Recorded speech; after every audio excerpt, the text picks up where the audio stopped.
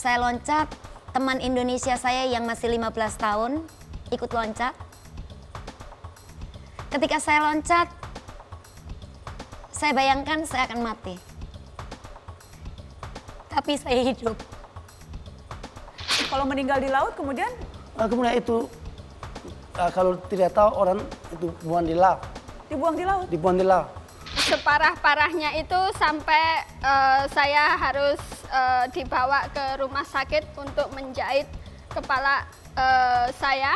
Kalau melawan kita akan disuruh makan sama anjing, kemudian tidur sama anjing. Selamat datang di Mata Najwa, saya Najwa Shihab, tuan rumah Mata Najwa. Ini kisah para penyintas yang bangkit usai dijual dan ditindas. Kasus perdagangan manusia begitu nyata, demikian terorganisir dan lintas negara. Terbungkus dalam dalih mencari nafkah serta rayuan berpenghasilan berlimpah. Di negeri orang, tubuh mereka disiksa, diperdagangkan bak benda berharga murah. Korban yang selamat kini bicara, mengingatkan kejahatan kepada dunia. Inilah Mata Najwa yang bertahan hidup.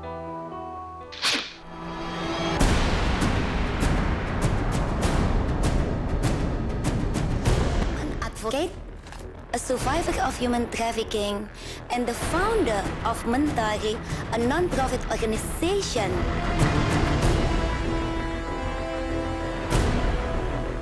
I'm Imamatul Maisaro. Although many of you know me as the survivor coordinator at the Coalition to Abolish Slavery and Trafficking.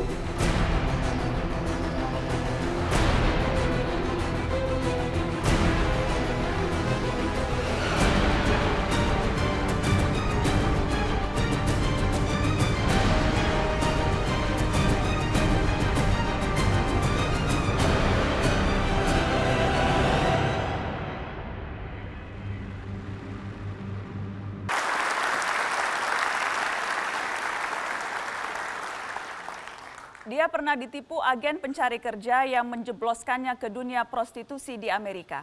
Menjadi korban perdagangan manusia yang diancam dan disiksa. Melawan takut, ia kini bangkit melawan. Sandra Waworuntu, perempuan kelahiran Manado 40 tahun ini kini menjabat sebagai penasihat Presiden Amerika Serikat untuk memerangi perdagangan manusia. Dia diangkat menjadi penasihat Barack Obama pada Desember 2015. Sandra adalah mantan karyawan bank yang menjadi korban sindikat perdagangan manusia di Amerika dan Asia. Dia menjadi pengangguran saat krisis moneter menghantam Indonesia pada 1998 dan tergiur bekerja di Amerika. Sandra tiba di Amerika pada 2001 untuk melamar bekerja di industri perhotelan. Namun naas, alih-alih mendapat pekerjaan, Sandra malah dijual oleh agensi sebagai budak seks bersama puluhan perempuan dari Asia. Dia dipaksa melayani ratusan pelanggan oleh mucikari sampai akhirnya bisa kabur dari penjara rumah bordil di Brooklyn, New York. Belakangan Sandra akhirnya berhasil melapor ke aparat setempat dan ikut membebaskan para perempuan korban perdagangan manusia.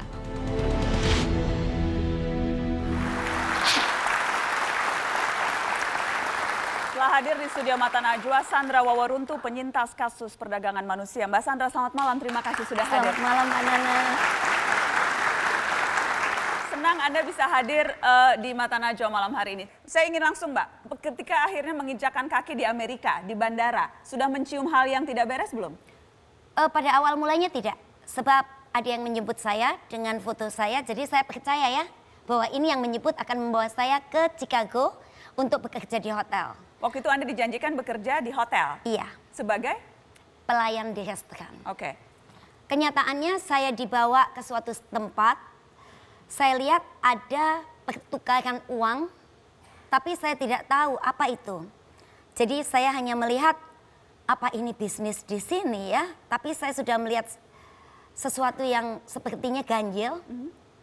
Lalu saya diminta pindah mobil, sampai waktu itu saya realize saya dijual sebanyak 5 kali.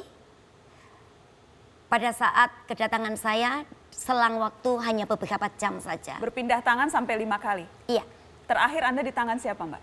Di tangan satu pedagang manusia yang membawa saya ke rumahnya. Ternyata di situ saya melihat sesuatu yang aneh karena saya lihat kondom di mana-mana. Lalu beliau meminta saya membuka baju untuk dilihat apakah saya punya tato atau penyakit kulit. Lalu saya bilang saya tidak mau.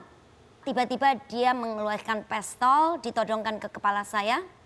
Saya didorong ke lantai bawah, dimasukkan ke dalam mobil dengan ancaman pistol. Lalu saya tidak bisa berbuat apa-apa karena saya tahu simbol pistol adalah kematian.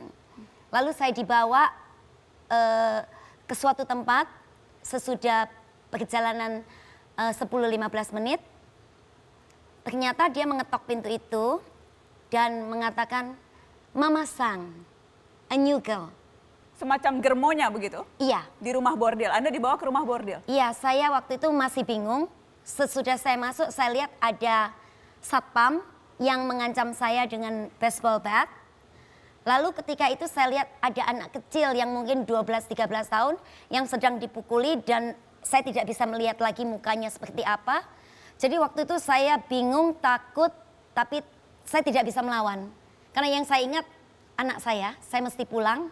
Jadi malam itu juga selang beberapa jam saya dijual kepada pembeli seks. Berapa lama Anda di rumah bordil itu, Mbak? Saya tidak tahu berapa lama, tapi saya ingat waktu itu sudah agak dingin ketika saya sudah bebas. Jadi saya dikembalikan lagi ke pedagang manusia yang pertama yang menyebut saya yang namanya Johnny Wong, yang asal mulanya dari Malaysia. Jadi dia kebangsaan Malaysia. Lalu saya di situ saya memutuskan untuk kabur. Karena saya tidak tahan lagi, saya diobatin. Jadi saya tidak pernah makan nasi dengan lauk pauk, tapi hanya bubur dan asinan. Jadi itu yang saya makan. Ketika Anda bilang diobati itu maksudnya diberi Saya obat-obatan? disuntik, iya saya disuntik. Saya mesti konsumsi ganja, semacam ekstasi dan juga kokain. Jadi itu makanan saya yang utama. Jadi tujuannya tentunya supaya Anda tidak berontak, supaya Anda nurut saja. Jadi membuat saya lemah begitu. Di samping itu minuman saya semua minuman yang beralkohol. Jadi Anda jarang sekali berada dalam kondisi sadar dan tahu apa yang terjadi pada diri Ya Anda? hanya ini ya terbang begitu. Pusing nggak pusing, inget nggak inget. Tapi saya selalu sadar. Itulah kejadian penyekapan sampai saya dibawa kembali ke rumah Johnny Wong yang juga tempat penjualan manusia atau pemaksaan kita untuk menjadi pelayan seks. Dan disitulah Anda berusaha kabur pertama kali? Iya, jadi saya ketemu perempuan setengah baya yang panggil saya Candy. Jadi nama saya diganti, paspor saya diambil, saya diminta untuk melunasi hutang 30.000 US, hutang manipulasi yang diciptakan atau saya tidak pernah hutang, tapi hutang itu adalah nilai dari kebebasan saya. Dan setiap pembeli seks akan mengurangi hutang saya sebanyak $100. Jadi saya hitung-hitung berapa banyak yang harus saya layanin. Apakah nanti saya akan dibebaskan, apakah saya akan mati.